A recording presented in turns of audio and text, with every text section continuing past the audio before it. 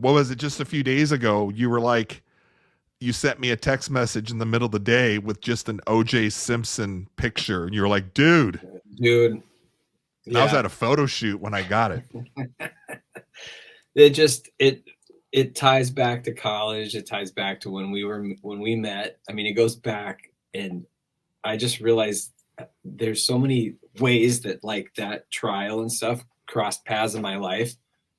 There was a huge trial here in our little town of Hudson that the verdict came out the same day that OJ died, and it just like we were all kind of like on our pins and needles waiting to see what was going to happen, and I'm like, it just brought back so many memories. Up in Hudson, Wisconsin, correct? Hudson, Wisconsin. Yep. Just so Yeah. that people can profile us and Mm-hmm. see, as we're talking about OJ Simpson and obviously all the things that come about with that. And I am Brian. Did I already introduce us or no? I'm Brian Simatros, one of your hosts. Greg Eisenhower, host two. My new co-host for the new show Iller and Filthier. So we're going to talk about OJ Simpson, and again, it is the closing of an era, however you perceive that, and I think it really it has affected people over the age of 40 a lot more than it is the people under 40. Yeah. And the reason why I say that, I think people under 40, they don't know, they don't really care, and all they think about with OJ Simpson is what they see on social media when he's living a pretty good life, golfing. You know, when you're younger, you have no idea. I mean, the trial, the murders, that was all what year was that? Do you remember? Um, so the murders happened in 94 and the trial was 10 months long in 1995. It started in January and wrapped up in October. So 10-month long, like had America. I was reading stuff today, like they said they projected like the America lost like $350 million of that time because of people like either not working or like watching the trial, like just crazy numbers. But that was a time before social media. Yep. And literally, that's something that would capture and captivate the Yeah. entire nation, the entire country. Everybody was watching on a select few news stations Yeah. that would cover it. I don't remember specifically what was around back in 93, Yeah. 94, 95. Now, I do remember.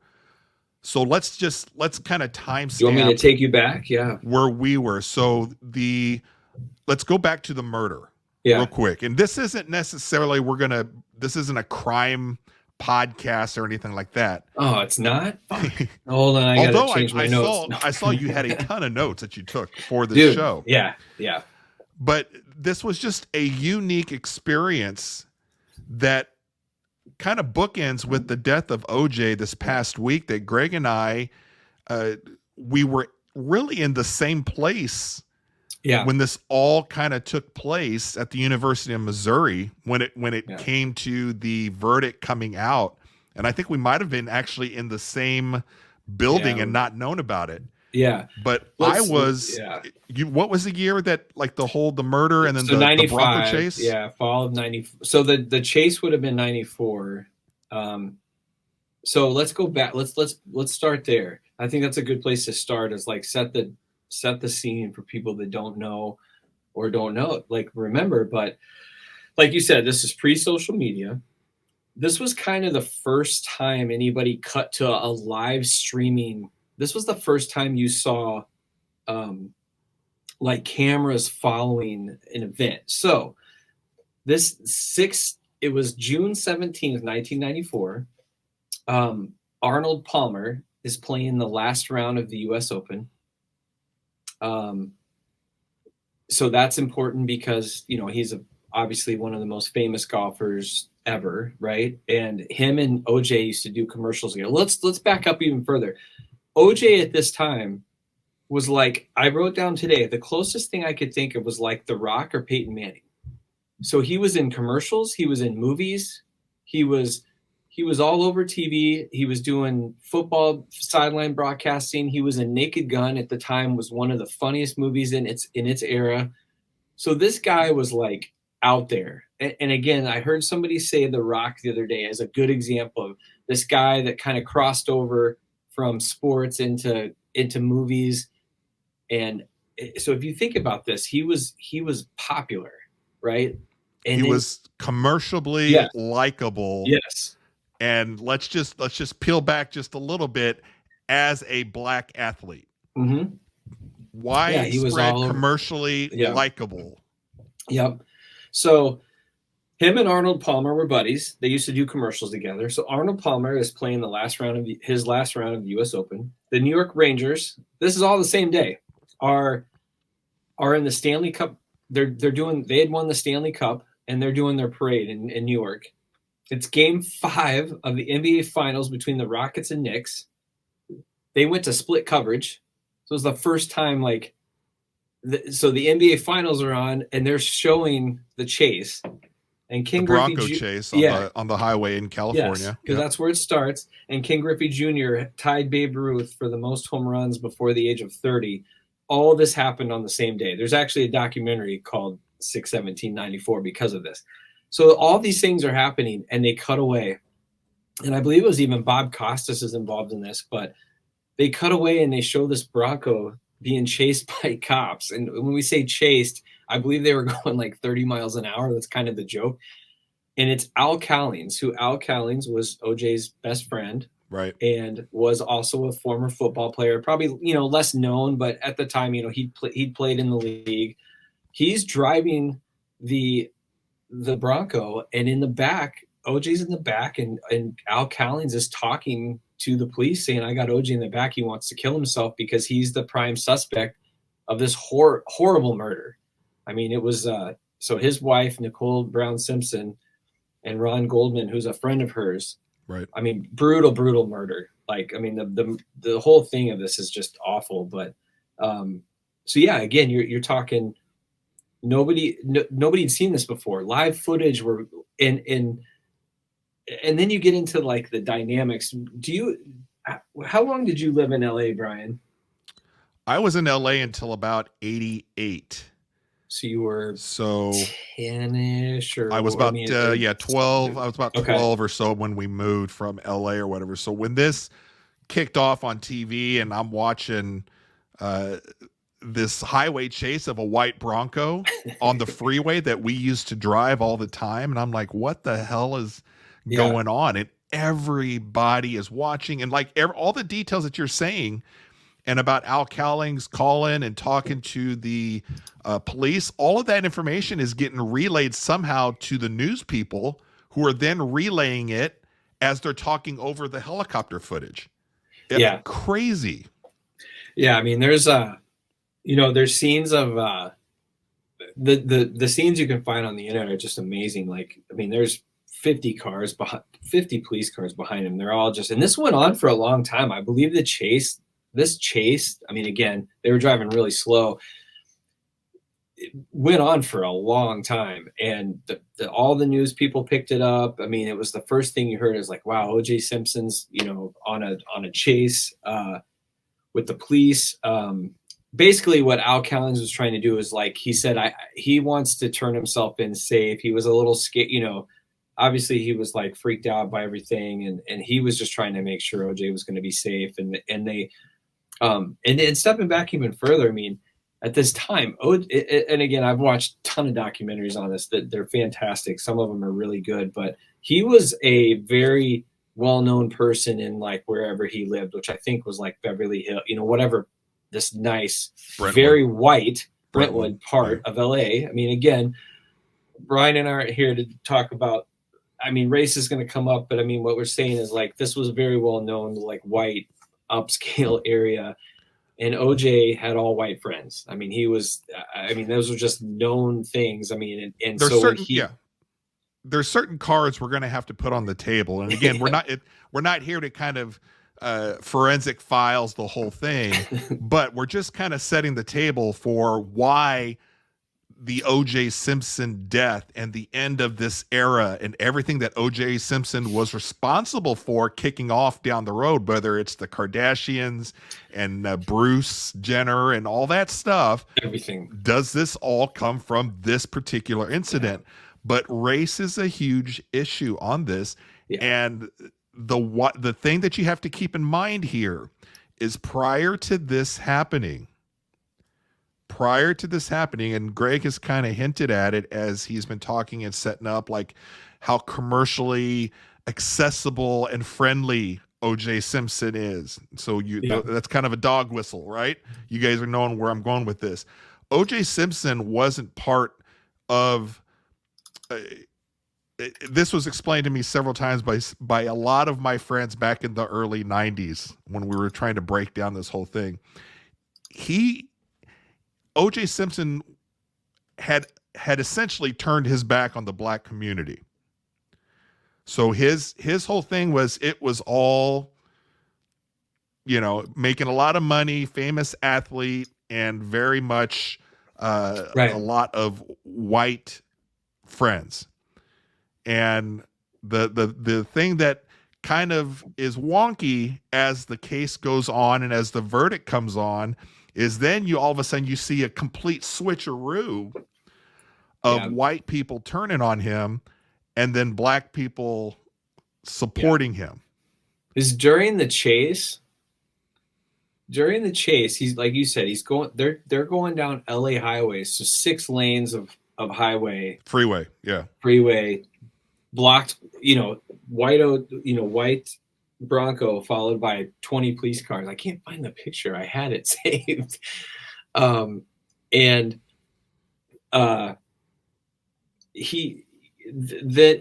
there becomes, like, as people are starting to become aware of this because of the news, there's people starting to gather along the bridges and Spade, and they're cheering him on.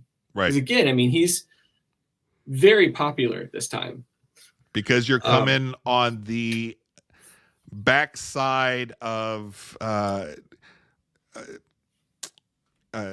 gangster rap out in LA. NWA was very big. NWA with Fuck the Police and all that stuff. So there's very much of an anti-police sentiment within certain communities there in LA as the Broncos going through the freeway. So then, because everybody's watching this on TV and you're seeing it go under the underpasses and everything, everybody started gathering around and cheering him on from getting away from the cops. And it looked just like a music video. You've got the one white car and you've got 20 or 30 there it is, police cars behind him.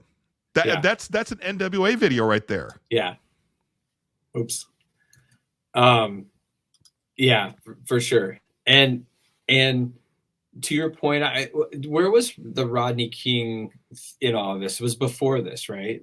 The Rodney King and some of the riots had already happened, right? The Rodney King was before, wasn't it? Like 92 or something? I don't know exactly.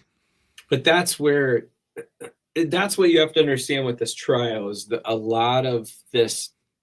The LA police versus the African-American community goes back, I believe, way into like the Watts, right? Like way back into like the 60s. Like there's a deep-seated lot of issues, between in a lot of cities, but specifically LAPD and and to your point, you've got all the rap coming out. I mean, that's legit stuff, right? I mean, that they're not just making this up. So that exists, and so you did have this. When you see this image, I mean, like you said, you start seeing people gathering on bridges. I mean, they were behind this guy, right? Like, they were like, "Oh, he didn't do it." But see, that's what I struggle with, and that's what I've asked a lot of my friends back in the day, and I don't know necessarily if it was they were cheering OJ on, right, as much as they were cheering against the LAPD. Exactly. And there's a lot of different things that it's a hard conversation to have with complete strangers. because there's so many different dog whistles and it's a minefield of what you go through. Yeah. And you talk about, when you get into the trial and everything, and the whole idea of our justice system, which I do think is one of the best that you can put together. It's not perfect, but it does a pretty good job. I mean, you can argue that if whatever, but the whole idea is you have to be proven guilty of something, right? Right. So there is a possibility that somebody could be guilty of something, but the prosecution just doesn't do the job. That is correct. You just don't get the right mix of jury people and things can happen. But I think in the long run, percentage wise, our justice system gets it right more often than not, which I know some people are like, well, then that's not good enough because you got to be close to 100%. Well, you're trusting. Yeah. I mean, I mean, and this goes down. I mean, we're jumping ahead here, but yeah, I mean, I watched, like I said, there's a really good documentary that ESPN did, 30 for 30. They did a 5 or 6 part series on this. And one of the episodes completely focuses on the jury basically saying what you said. It was them against the LAPD and had nothing to do with OJ. There was people on that jury that said, it had nothing to do with him. And to your point, like the facts of the case, they just felt there was enough like shenanigans going on. Well, that's a great defense team and some bungled prosecutorial mishaps that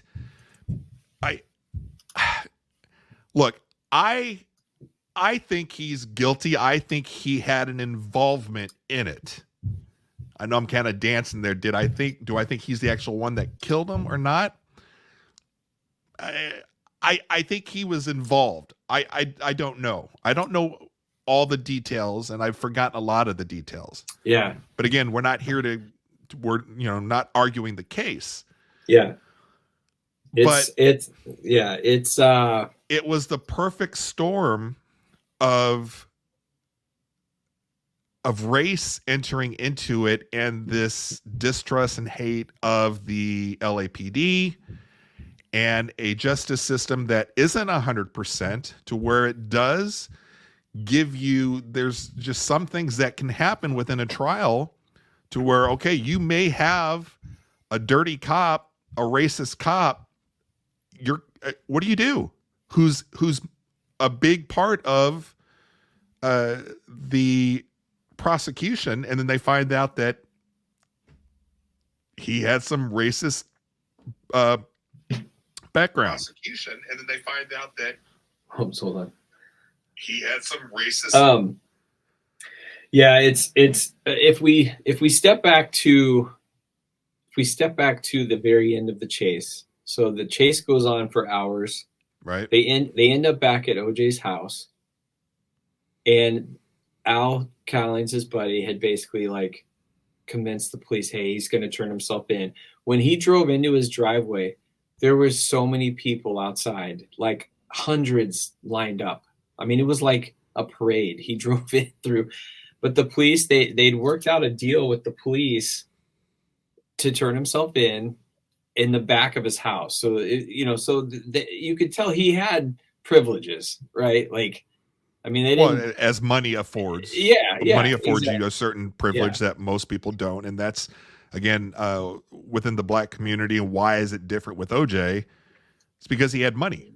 Yeah. Yeah. He had golfed with these guys. Like, I mean, in the trial, I mean, all this stuff came out. You can find all this stuff online. But yeah, he had been out. Many of these guys, golfed with, events with, things like that. So, I mean, he was buddies with a lot of these guys. But if you skip forward to the trial, you've got, like you said earlier, you hit on something that's really interesting, is like the prosecution was handed this case that felt like a slam dunk. And it was all about DNA. And that's what I was reading about today. The DNA evidence so the other thing I want to say here is, so you have this cast of characters.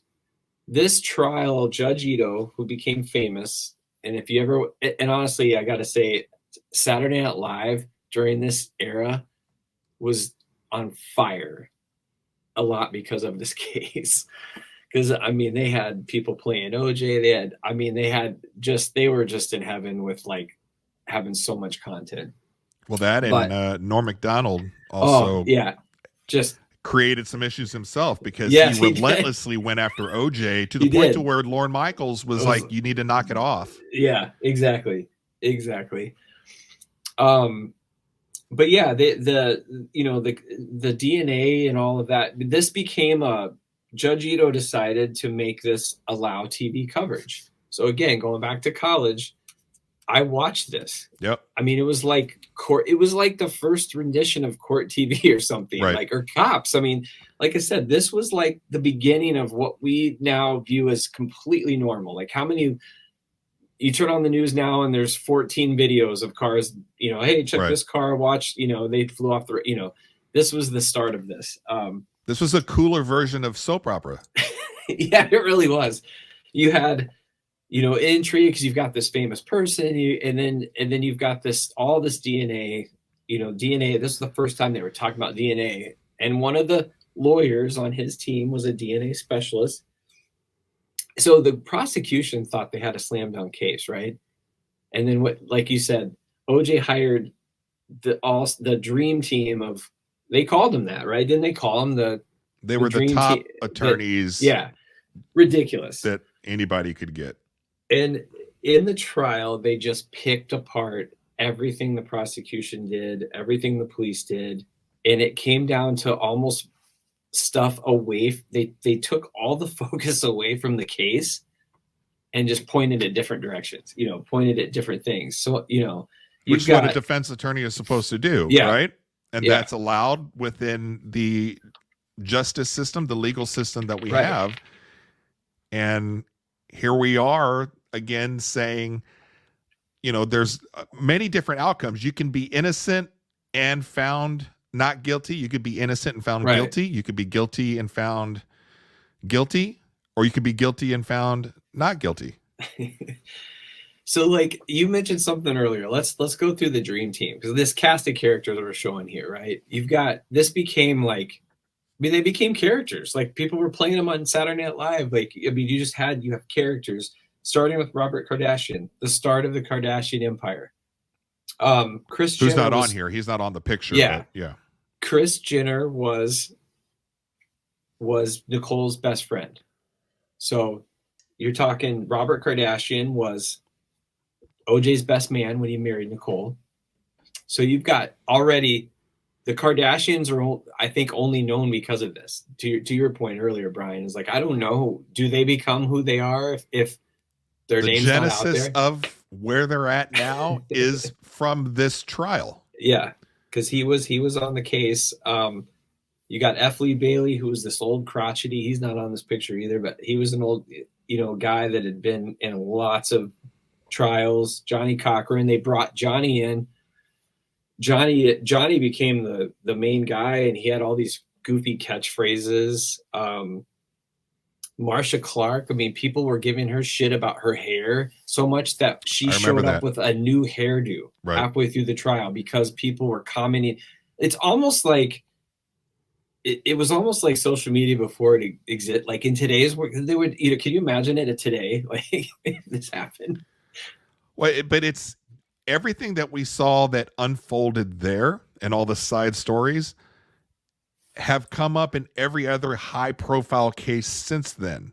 John Benet Ramsey going forward to who's the girl, the mom that killed her daughter, who was found innocent, Casey Anthony. Yeah. So and it's these side stories that become bigger than the story itself. And then it becomes so convoluted with things to where the jury then finds one item somewhere that they're able to say beyond a reasonable doubt. There's some doubt. So if that's the case, then correct, not guilty. It does come down to the wording, and that's exactly what they did. The defense team put the doubt in the jurors. It started with just the mishandling of evidence. I always talked about it like if you think of your job, right? So like let's say you start a job. I started a new job recently, and it's like, okay, to do this, you do these 10 things, right? And then it's like, as you get better at it, you're like, okay, I can skip step 7, like I feel like that's what happened in this case is like the prosecution was and police were questioned on how they handling the bloody glove, right? They find this bloody glove and they're questioned on how they handled it. And so again, that's the defense taking away like the fact that there's this bloody glove that has OJ's DNA on it, but it's like, oh, but they didn't do the right steps, like. But that's part of the rules of the game. Yes. In that the prosecution and the cops that were out there investigating, they have to be 100% all the time. They can't make a mistake, because if they do and the defense finds out, whether or not your client is innocent or guilty, the prosecution's always has to be 100%.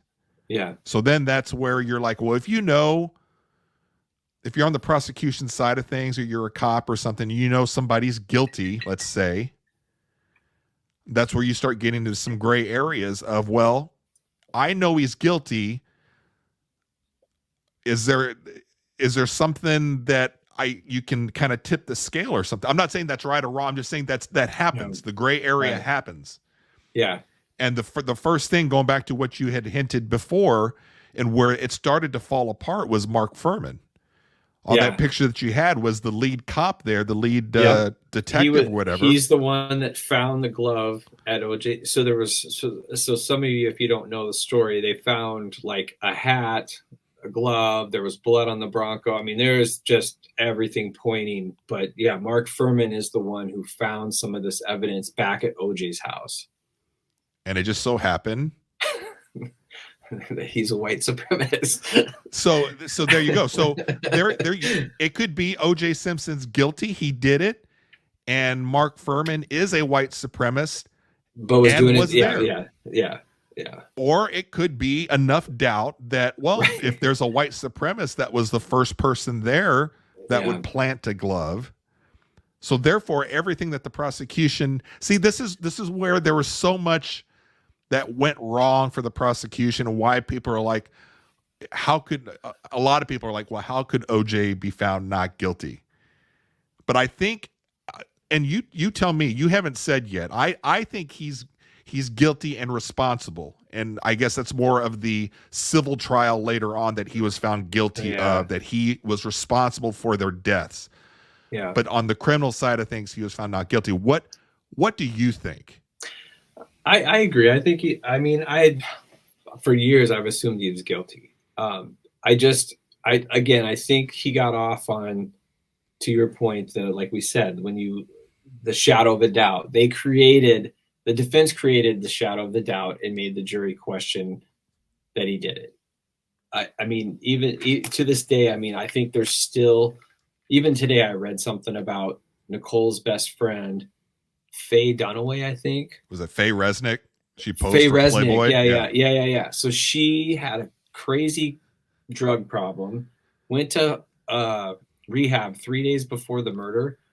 And some people say that maybe she owed a bunch of money. Yeah.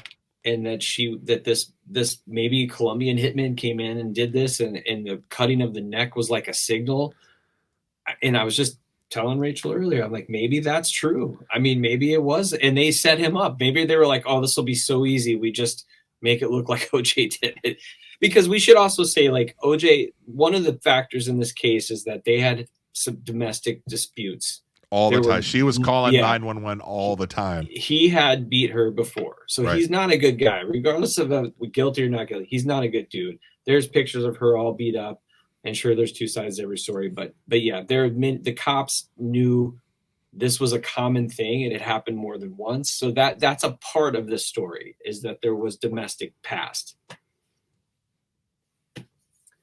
But yeah, yeah, I do. I mean, I just don't see there's not enough out there to say what else could have happened. Like, But so you think he's guilty, but then do you also see why the jury found him not guilty? yeah, And so 100%. and then Because the prosecution didn't do a good job, period. I mean, I think that, right? They coasted. Yeah. Unfortunately, that's that. Or are we being assholes about it? I don't know. No, I think like anything.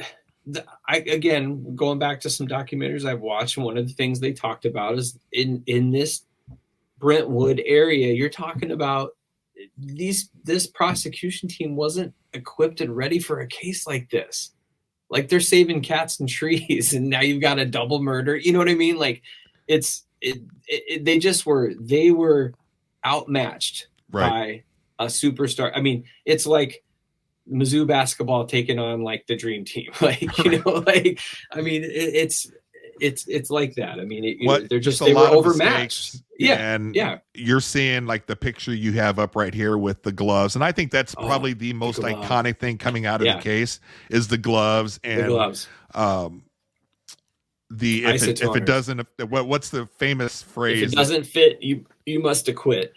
And so this was a move by the prosecution they found isotoner gloves at the scene that had blood on them, and they had the same size, and there was this pivotal day in court where they asked OJ to try on the gloves, and Marcia Clark did not want to do this, and Chris Darden, her partner, wanted to.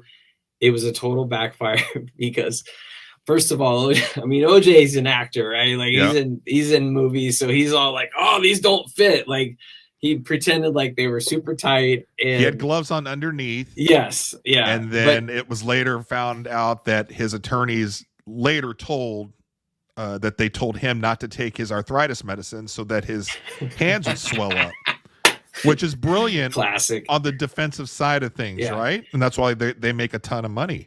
And OJ yells out, "They don't fit." And so Johnny Cochran, and this is his thing, he turns around and goes, "If the gloves don't fit, you must acquit." Right. And that became like the slogan of the trial.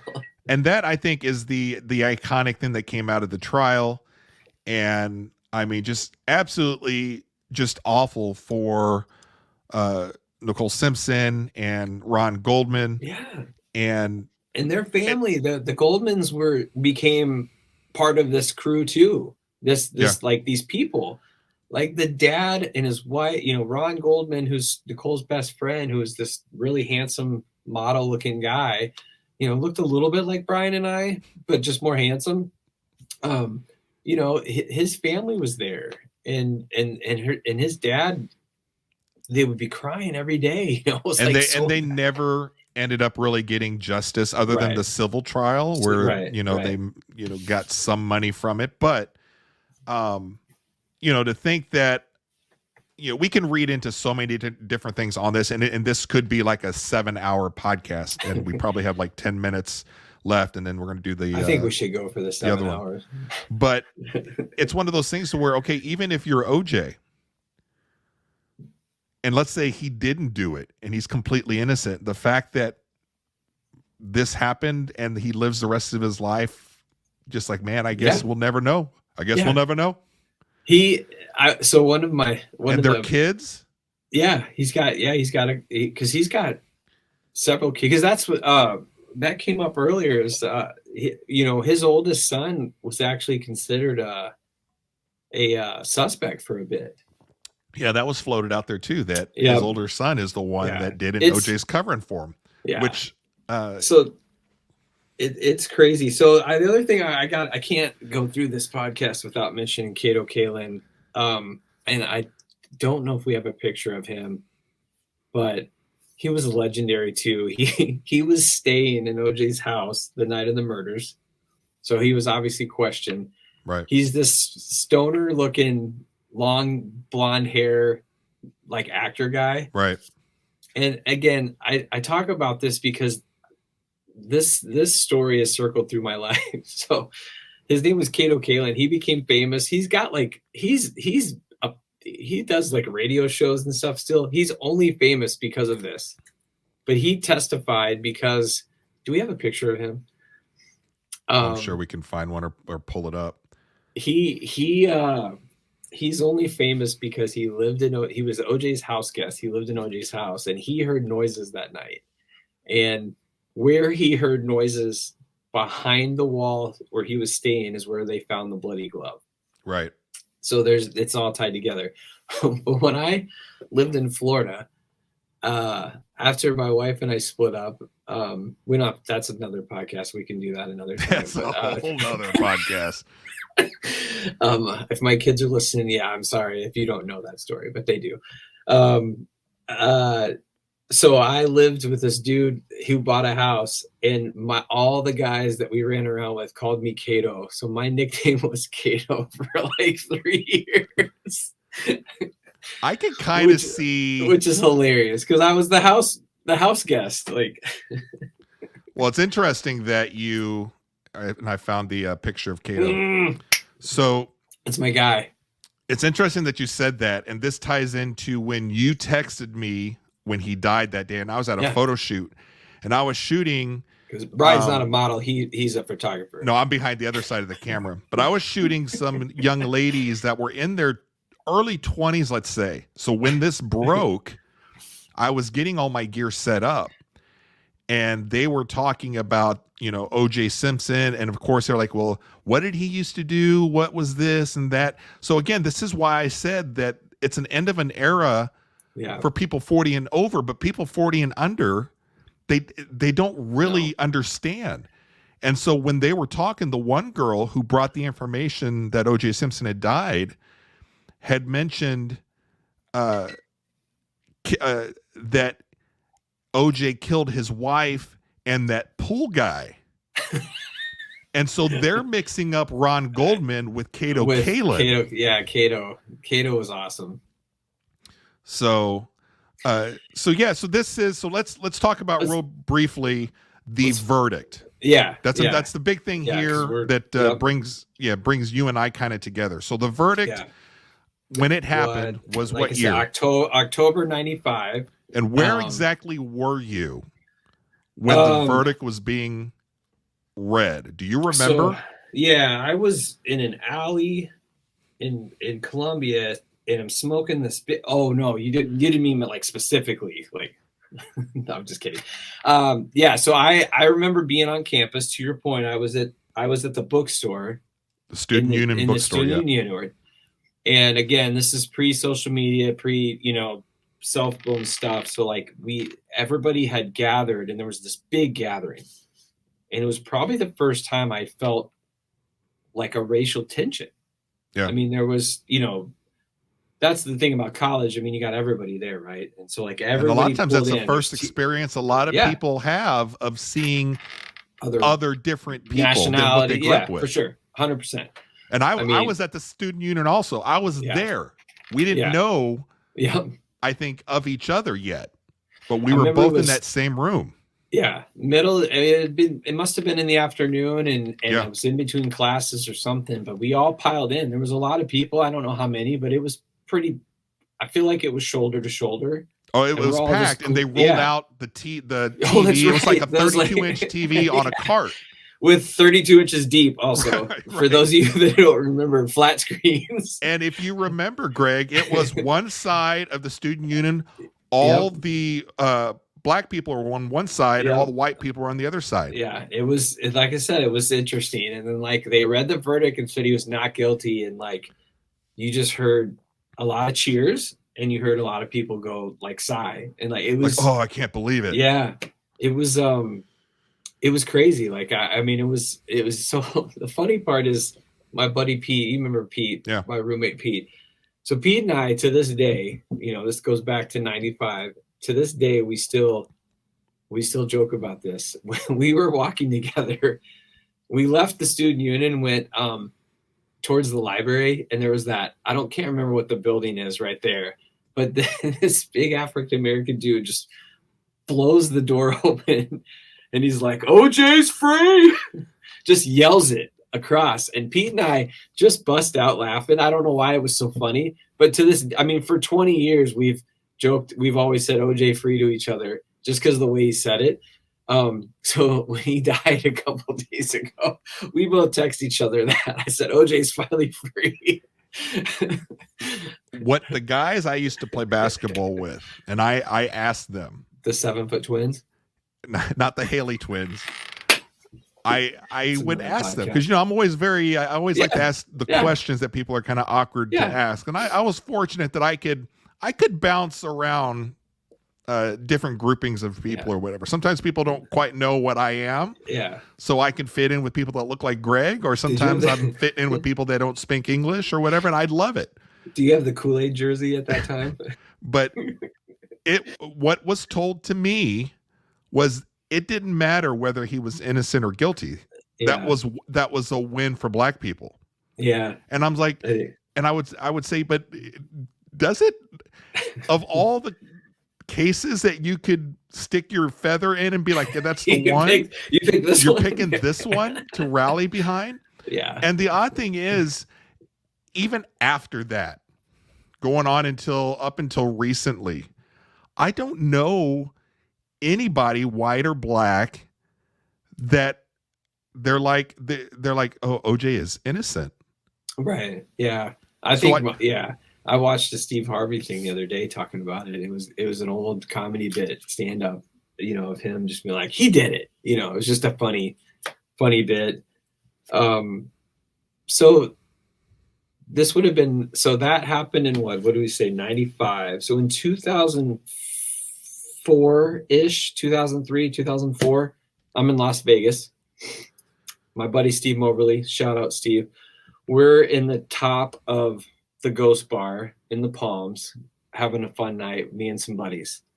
And we're sitting up there, crowded, this cool top, really cool bar. And my buddy and I are hanging out, and he gets bumped, turns around, kind of like, you got bumped. He's not mad, but he turns around. It's OJ Simpson and his posse.